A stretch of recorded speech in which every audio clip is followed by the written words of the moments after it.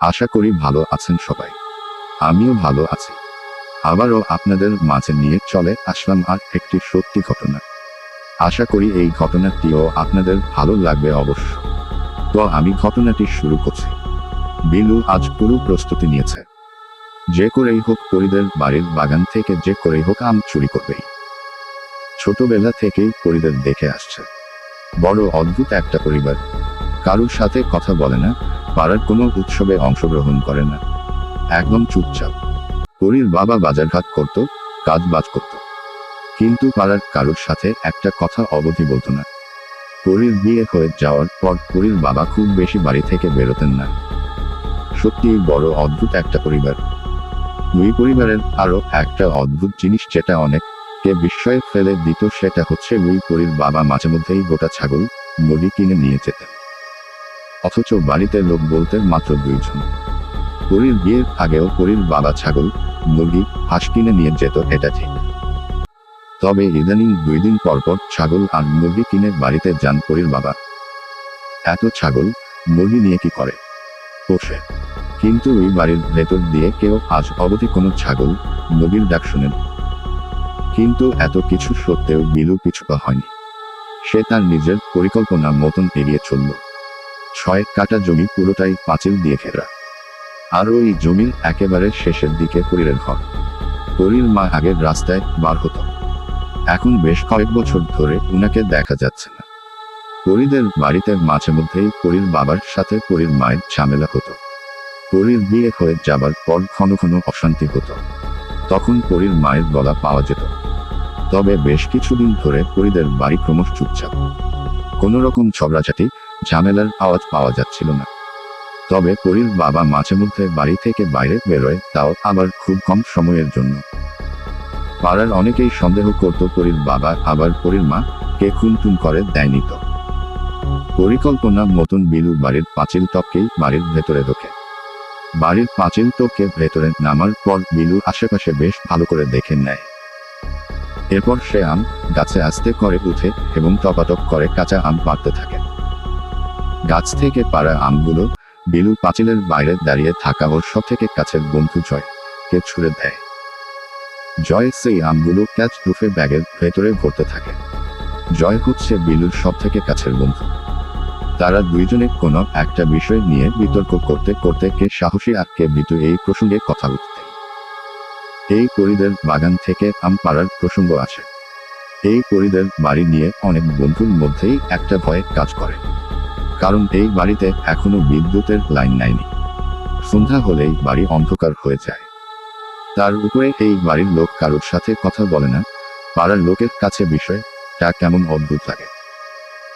এই জন্য অনেক বাড়ির অভিভাবকেরা তাদের ছেলেপুলেরা দুষ্টুমি করলে পরীর বাগানে রেখে দিয়ে আসবো এই বলে তাদের মনে ভীতি সঞ্চারণ করতে থাকে। জয়ের সাথে বাজি ধরে নিজেকে সাহসী প্রমাণ করার থেকে জয়ের কাছে নিজের সম্মানটা বেশ বড়।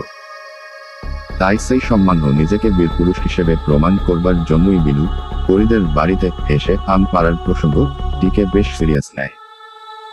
এদিকে বিলু তখন আম পেড়ে টপাটপ করে পাঁচিলের বাইরে ছুঁড়ে ফেলছিল। জয় ভেতর থেকে আসা আমগুলো ক্যাচ ধরার চেষ্টা করছিল, কিন্তু সবকটাকে আর ক্যাচ ধরা সম্ভব হয়ে উঠছিল না। বেশ কয়েকটা আম পাড়ার পর বিলু দেখল গাছের এই ডালে আম বেশ কমে এসেছে। তখন বিলু এবার বাড়ি যাওয়ার সিদ্ধান্ত নেয়। বিলু আম গাছ থেকে লাফ দিয়ে নেমে পাঁচিলের উপরে হাতে ভর দিয়ে যেই উপরে উঠতে যাবে, তখনই বিলুর গায়ে কে যেন হাত রেখে বিলুকে উপরে উঠে না যেতে দিয়ে নিচের দিকে নামিয়ে দেয় এবং বিলুর হাতটা চেপে ধরে। বিলুর বুকের ধুকপুকের গতি নিমেষেই বাড়তে লাগলো।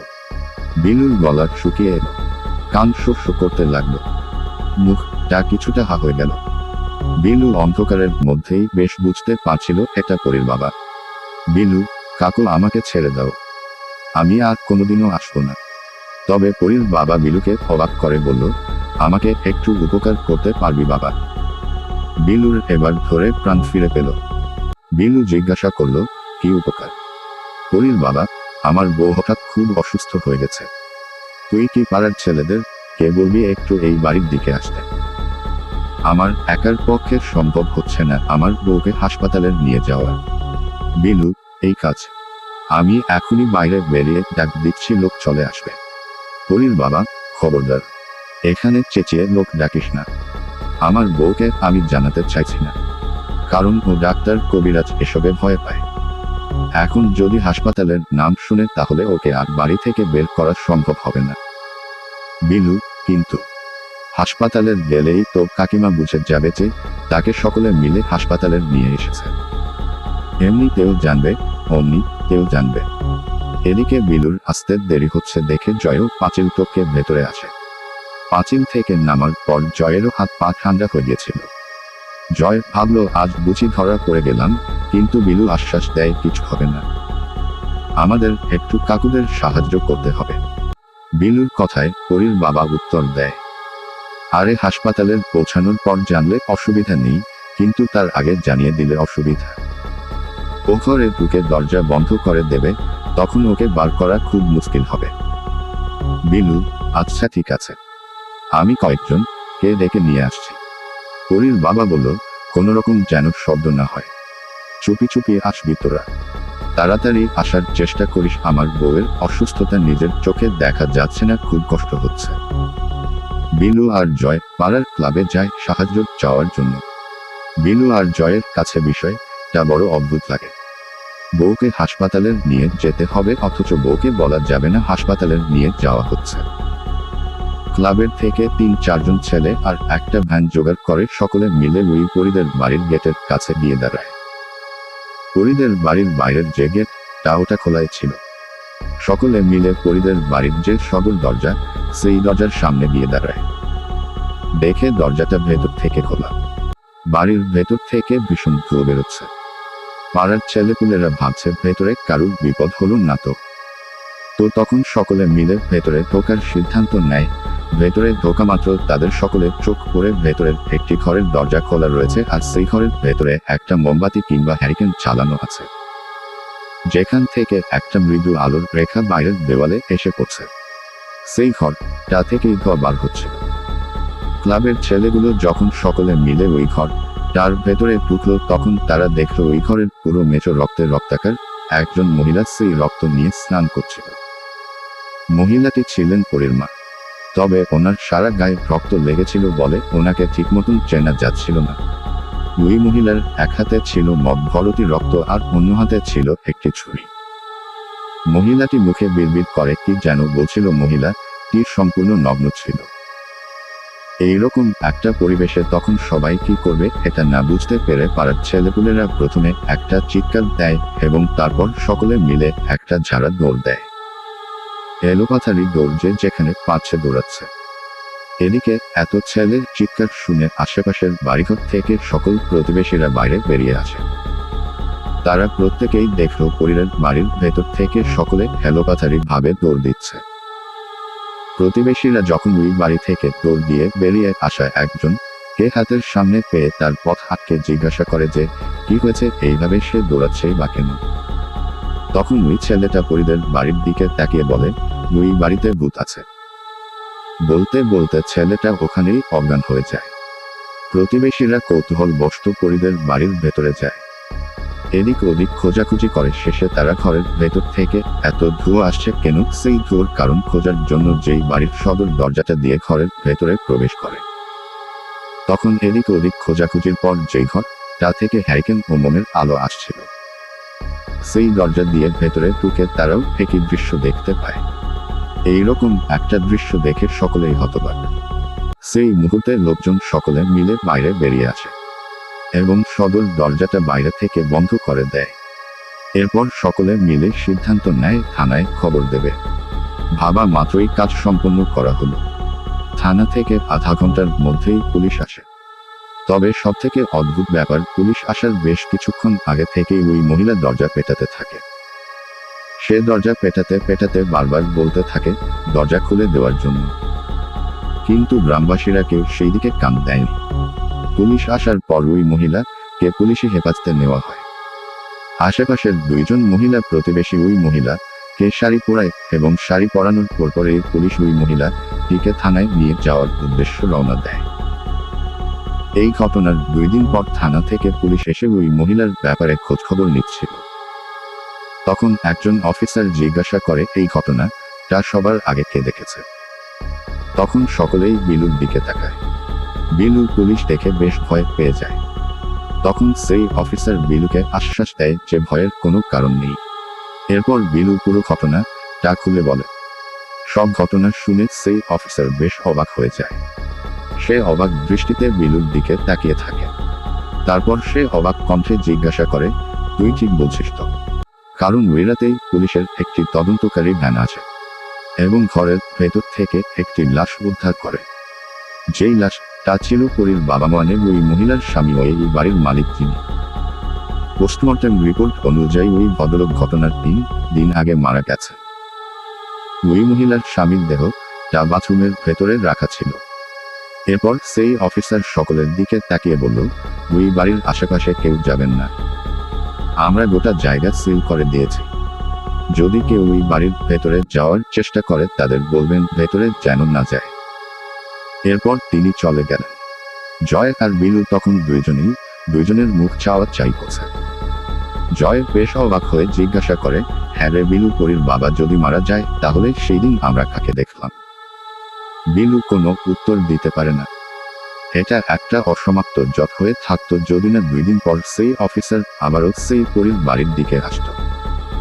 শুধু অফিসার একা এসেছে বললে ভুল হবে। সাথে ছিল 8-9 জন মাটি কাটার লোক। অফিসার যে জায়গা নির্দেশ করছিল সেই জায়গায় খোঁড়াখুড়ি করছিল ওই লোকগুলোকে।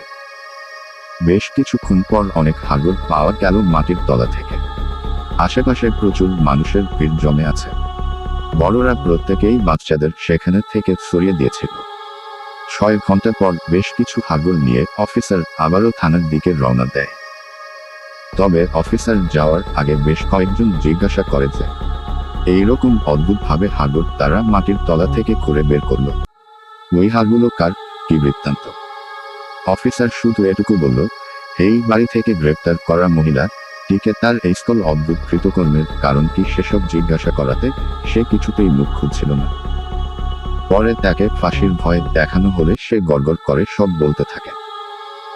ওই মহিলা নাকি বুড়ি হয়ে যেতে ভয় পেতেন, সে আরো অনেক বছর বাঁচতে চাই, এই জন্য প্রথমে কুকুর ছাগল বিড়ালের উপরে কালো জাদু করত।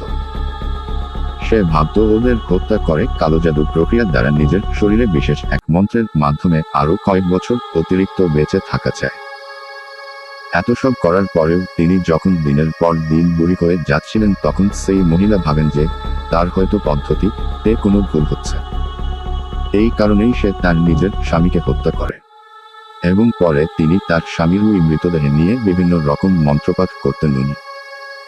ওই যে আম গাছ, ওই গাছের নিচে উনি নিজের স্বামীর কাটা মুন্ডুটা পুঁতে রেখেছেন। আর উনি ওইসব প্রাণীদের হত্যা করে তাদের দেহ বাড়ির বাইরে পুঁতে রাখতেন। আমাদের সন্দেহ ছিল উনি হয়তো এর আগেও অন্য কারুর জানিয়েছেন, তাই এই কারণেই এখানে এসে মাটি খুঁড়ি। আর তারপর এইসব সামনে আসে। অফিসার হেসে একসময় ওখানে থাকা লোকজনদের ব্যঙ্গ করে বলল, আপনাদের নাকের নিচে এত সব ঘটনা ঘটে গেল আর আপনারা কিছুই জানেন না। সত্যিই বড়ই অদ্ভুত। একই পাড়ায় এত সব ঘটনা ঘটে গেল কেউ জানতে পারল না। যদিও অফিসারের এই কথোপকথনের এই ব্যাপারটা পরে জেনেছিল জয় আর বিলু। বেশ কয়েকদিন পর একদিন জয় বিলুকে সেই ঘটনা তার রহস্যের সম্পর্কে বলছিল। তখনও দুইজন স্বাভাবিক আলোচনা করছিল অন্য একটা বিষয় নিয়ে। তারপর এই প্রসঙ্গে আসে তারা। জয়, জানিস তো বিলু, আমার মনে হয় পরীর বাবা কষ্ট পাচ্ছিলেন, এই কারণেই সে আমাদের ওই বাড়িতে ছেলেপুলেদের নিয়ে আসতে বলেছিল। সে সরাসরি বলেনি, কারণ যদি আমরা ভয় পেয়ে ওখানেই অজ্ঞান হয়ে যাই তাহলে হয়তো আমাদেরও পরীর মা হত্যা করত। এই কারণে সে লুকিয়ে লুকিয়ে আসতে বলেছিল পাড়ার ছেলেপুলেদের সাথে। বিলু, হ্যাঁ রে, আমিও ঠিক এটাই ভাবছিলাম। তবে আশ্চর্যের বিষয় এই, আমাদের চোখের আড়ালে পরীর মাঝে এইসব কাজকর্ম করে বেড়ায়, আমরা সেটা গুণা করেও টের পাইনি। এরই মধ্যে একদিন বিলু বিকেলে মাঠে খেলতে যাওয়ার সময় খেয়াল করলো পাড়ার ক্লাবের সামনে বেশ জড়সড় হয়ে অনেকে দাঁড়িয়ে আছে। ওদের মাঝে জয়ও দাঁড়িয়ে আছে। বিলু দূর থেকে জয়কে ডাক দেয়। জয় বিলুর ডাক শুনে দ্রুত দৌড়ে আসে আর চোখ বড় বড় করে জিজ্ঞাসা করে, তুই জানিস কি হয়েছে? বিলু, না তো, কি হয়েছে? জয়, আরে পরীর মা মারা গেছেন। বিলু, কি করে মারা গেল? ফাঁসি হয়েছে ওনার?